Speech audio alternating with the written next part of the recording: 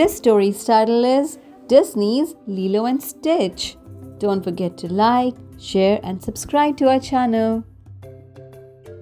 In a distant, remote corner of the galaxy, the Grand Councilwoman listened to a scientist plead his case.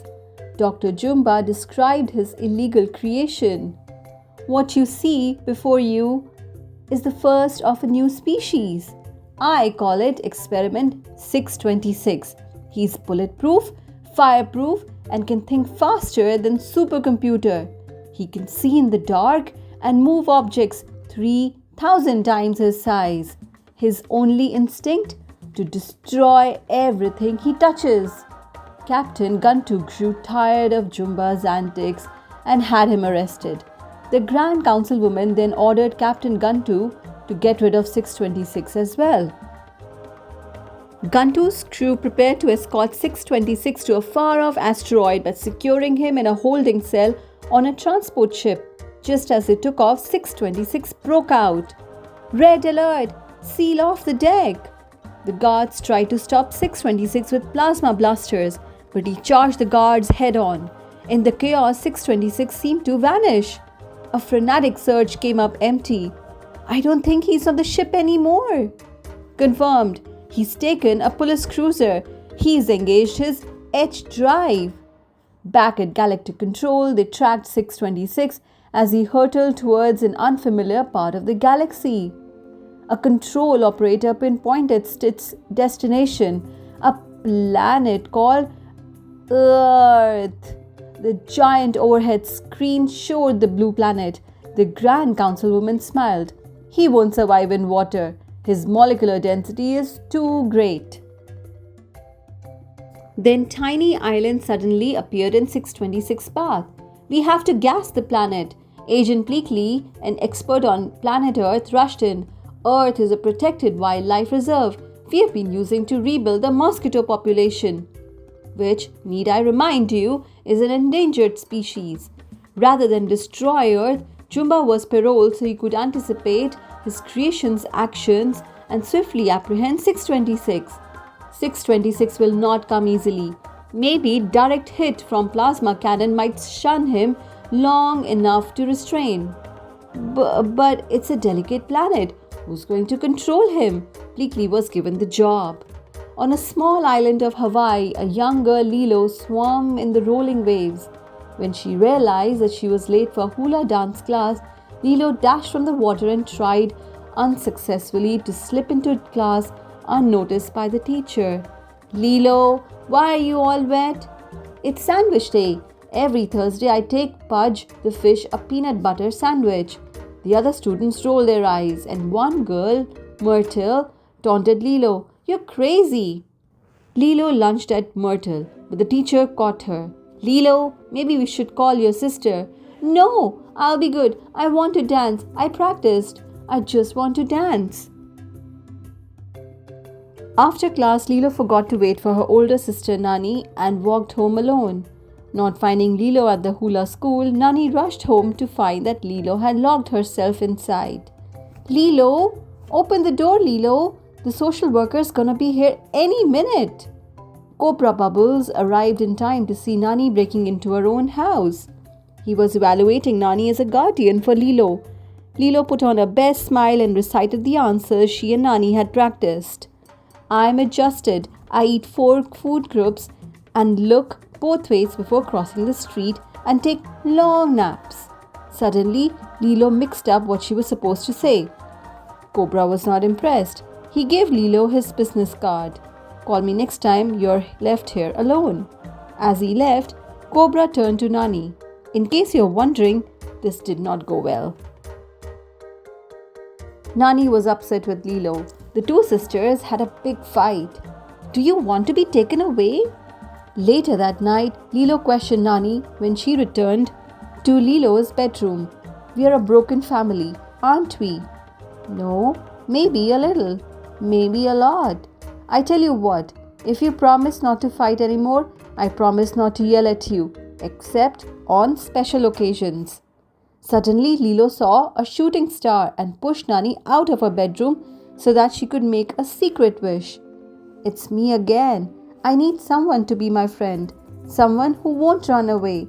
Maybe send me an angel, the nicest angel you have." Hearing Lilo's wish, Nani sensed how lonely Lilo was and that she could use a playmate. Lilo did not know that the shooting star was actually 626 spaceship crash landing in a field of sugarcane. 626 emerged from the wreckage and walked onto the road where he was mowed over by a convoy of trucks. The spikes on his back caused all their tires to burst. The drivers got out to investigate. There it is! It's jammed under the fender. Next thing he knew, 626 woke up in a kennel without his blaster or uniform. Within seconds, he escaped from his kennel cage and sneaked out of the building, passing unnoticed by Lilo and Nani, who were arriving at the kennel to adopt a new friend. Outside, a scorching energy blast narrowly missed 626. "Jumba?" He dashed back to his cage. Just then, Lilo entered to pick out her new pet. "Are there any animals in here?" Recognizing that he would never get out of the kennel alive on his own, 626 quickly concealed his back spikes, extra set of legs, and antennae to look more like a dog. Lilo picked him and proudly showed him to Nani. She was shocked. "What is that thing? Does it have to be this dog?" "Yes, he's good. I can tell. His name is Stitch. I want to buy him. Can I borrow $2? As Lilo and Stitch left the kennel together, Jumba leapt to capture 626, but Pleakley stopped him. "You can't shoot and you can't be seen. Look at you. You look like a monster. We have to blend in." Nani had to go to work, so Lilo introduced Stitch to her world. It was all foreign to him. Stitch kept trying to escape while Lilo tried to keep him out of trouble. Jumba, still trailing them, was amused as Stitch grew increasingly frustrated. That night, Lilo and Stitch ate at the luau where Nani worked. Lilo showed Stitch her drawing. "This is you. This is your badness level. It's unusually high for someone your size. We have to fix that." Lilo barely got her words out before Stitch was off trying to steal fruit from a woman's purse. It turned out to be a Jumba trap. "Aha! Look what I find. Get restraints." Pleakley tried, but Stitch escaped again. He caused such commotion that Nani got fired. Lilo eagerly brought Stitch home. "This is a great home. You will like it a lot." Stitch proceeded to destroy anything in his path. Lilo objected when Nani disciplined Stitch.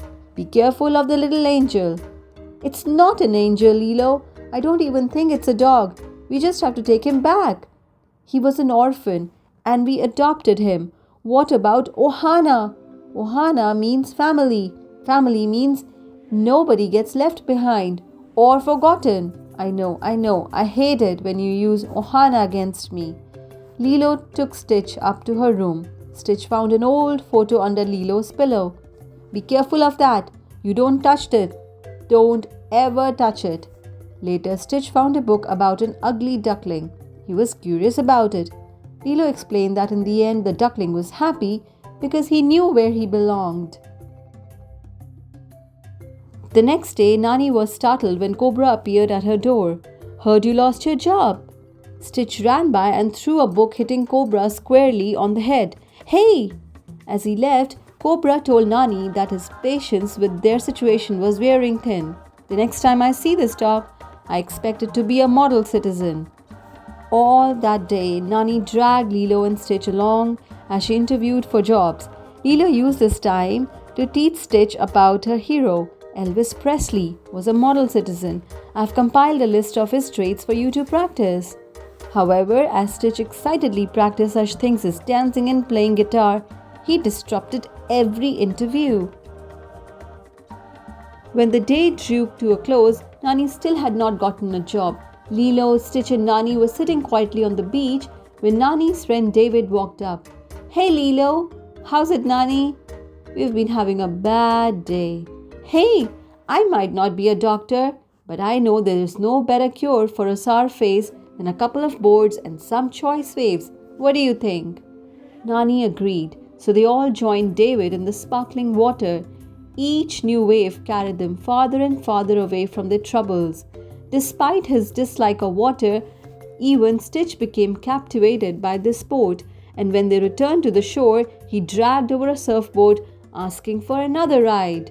Meanwhile, Pleakley was on his space communicator, updating the Grand Councilwoman on the status of their mission.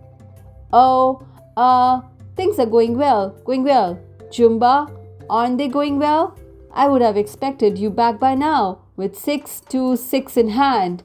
As Lilo, Stitch and Nani headed out into the water, Jumba saw an opportunity. "Hang up, we are going swimming." As the trio surfed through the green barrel of a wave, Jumba swam up from underneath. The white water of the crashing wave hit Jumba as he pulled Stitch beneath the tide. Nani and Lilo surfaced and looked around.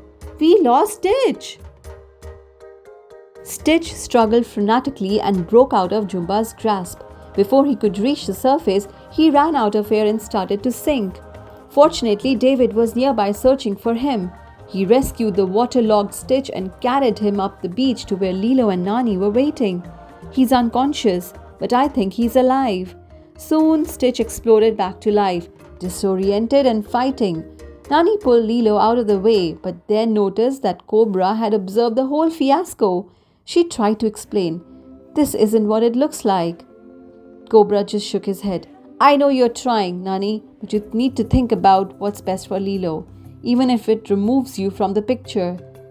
Defeated, Nani took Lilo in her arms and started home. David felt heartbroken. I really believed that they had a chance. Then you came along." Stitch felt hurt and guilty because he knew he was to blame. That night, Nani tried to tell Lilo that she was going to be taken away. Nani just couldn't find strength to do it. Stitch returned to Lilo's bedroom and uncovered the photo underneath Lilo's pillow. It was a picture of Lilo, Nani, and their parents. When Lilo walked into the room, she saw Stitch. "That's us before. Our family's little now, but if you want, you could be a part of it. You could be our baby and we could raise you to be good." Stitch took the ugly duckling book and started walking towards the window. Ohana means family. Family means nobody gets left behind, but if you want to leave, you can. "I'll remember you though." Stitch walked deep into the forest, desperately hoping to find his own family. "I'm lost." The next morning, Jumba and Pleakley finally made it back to the shore. The enraged Grand Councilwoman called on the space phone. "I have lost patience with you both. Consider yourself fired and prison bound. Your incompetence is nothing short of unspeakable." Pleakley was shocked, but Jumba was excited. "Now we do it my way." "Your way?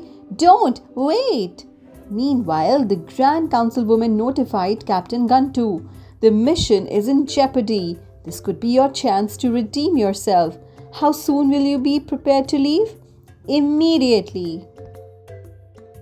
Jumba caught up to Stitch in the middle of the forest. Stitch told Jumba that he was waiting for his family.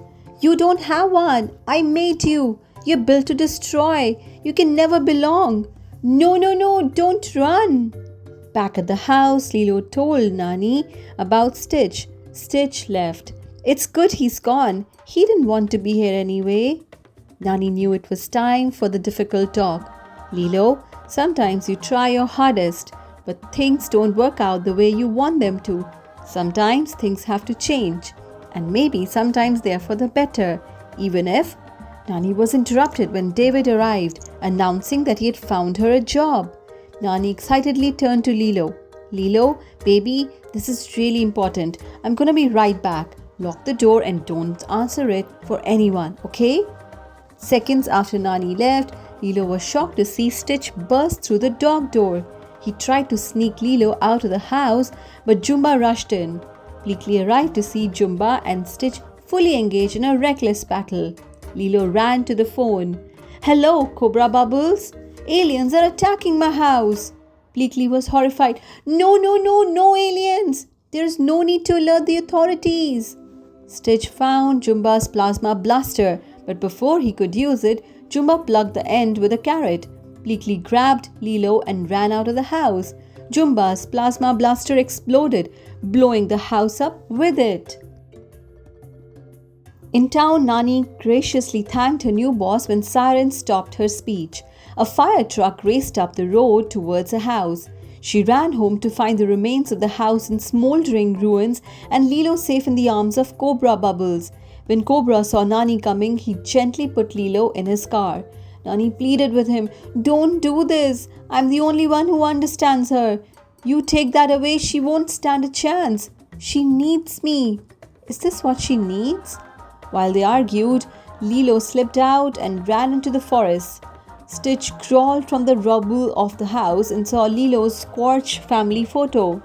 Knowing that this was Lilo's most valued possession, he grabbed it and went to find her in the woods. Lilo ran as fast as she could, trying to get as far as possible. In her path, Stitch popped out from the bushes and presented Lilo's half-burnt family picture. "You ruined everything!" Stitch revealed his true self as he bared his back spikes, antennas and extra legs. "You're one of them? Get out of here, Stitch!" Without warning, Gantu's net burst out of the bushes, entangling Lilo and Stitch. Nani arrived just in time to see Gantu load Lilo and Stitch onto his ship. Stitch worked his way out of the containment pod but fell from the ship as it took off with Lilo still trapped inside. Seeing that Stitch was an alien, Nani confronted him. "Okay, talk. I know you had something to do with this. Now where's Lilo? Talk!" Before Stitch could answer, a plasma blast struck him. Stitch was stunned long enough for Jumba and Bleakley to contain him. Nani was shocked to see more aliens. "Where's Lilo?" Jumba was unsure if he should interact with this human. Sorry, we do not know anyone by this. Lilo, she's a little girl, this big. She has black hair and brown eyes and she hangs out with that thing. Bring her back." "See, problem is we're just here for him." "So she's gone?" Stitch shuffled over to Nani and spoke the words Lilo had taught him. Ohana means family. Family means nobody goes left behind or forgotten. Everyone piled onto a motorcycle and raced over to Jumba and Bleakley's hidden spaceship. Once in the air, Jumba used his ship to bump Gantu's and send it spinning out of control. Stitch blew the door off to Jumba's ship, was sucked into the sky and landed on Gantu's windshield. "Little savage, get off my ship!" Lilo watched helplessly as Gantu blasted Stitch off the speeding ship. Stitch was knocked out briefly, but was energized when he heard Lilo's call. "Don't leave me, okay?" Just then, Stitch saw a gas tanker driving towards him. He jumped in, scared away the driver, and drove it into a pool of molten lava. When the tanker exploded, it rocketed Stitch towards Gantu's ship. He crashed through the windshield and rescued Lilo. "You come back. Nobody gets left behind." The ship splashed into the ocean and David, who was surfing nearby, helped everyone ashore. There, they were met by Cobra and a fleet of aliens. The Grand Councilwoman prepared to take Stitch back to prison at once. To her amazement, Stitch wanted to say goodbye to Lilo. The Grand Councilwoman demanded an explanation. "This is my family. I found it all on my own. It's little and broken, but still good." Cobra stepped in. "Lilo, didn't you buy that thing at the shelter?" "Hey, 3 days ago I bought Stitch at the shelter. I paid $2 for him. See this tab? If you take him, you're stealing." The Grand Councilwoman made a new proclamation. "Take note of this. This creature has been sentenced to life in exile, a sentence that shall be henceforth served out here on Earth." Nani, Lilo and Stitch were now an official family. The spirit of Ohana proved that anyone can belong, even a little six-legged alien named Stitch. The end. Thanks for watching. For more exciting read aloud stories, please subscribe to our channel Little Hearts Super Kids. Also follow us on Instagram for amazing updates.